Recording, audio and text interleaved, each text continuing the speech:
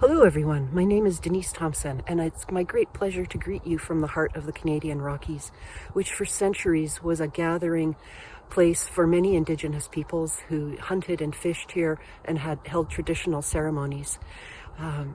Since colonial times, this region is now governed by Treaty 7 between the local First Nations groups and the British Crown. And as a white settler on these lands, I am bound by these treaties to learn and respect the history of this beautiful place. In this presentation, I will be discussing a new, enthusiastic, and energetic collaboration bringing together health researchers in many different countries. Our work together grows out of recognizing some key facts. First, climate change is a health issue. Secondly, as climate change intensifies, its impacts on human health and health systems will also increase.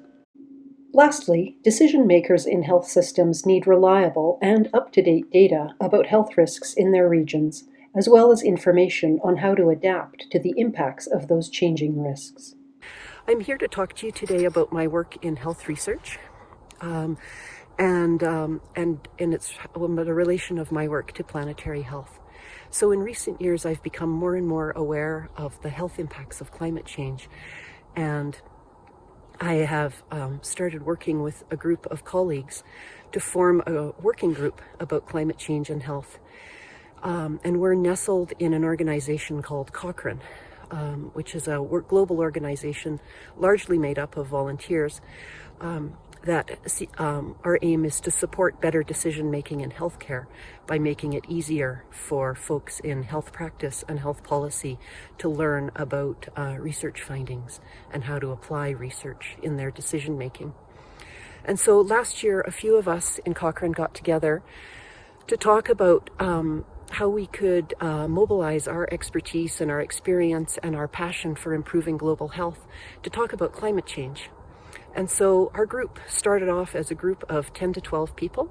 We now have over 100 people in our group, and we have 4 projects underway.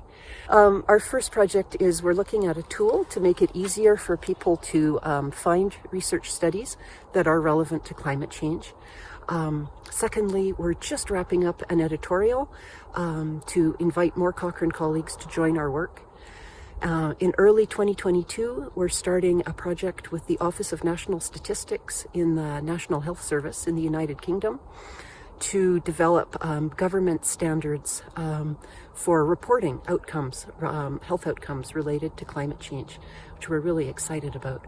And then lastly, we're doing a research project looking at the context which affects how decision makers in healthcare can incorporate climate change considerations in their work. So, our group now has over 100 people in it from almost 25 different countries. The enthusiasm in this group is amazing. These are people who really want to apply their expertise, the learning that they've spent years and years accumulating to helping in this very important area. And it is such a pleasure to work with colleagues who are so amazingly committed. We'd love to have you join our group and help us color in our map.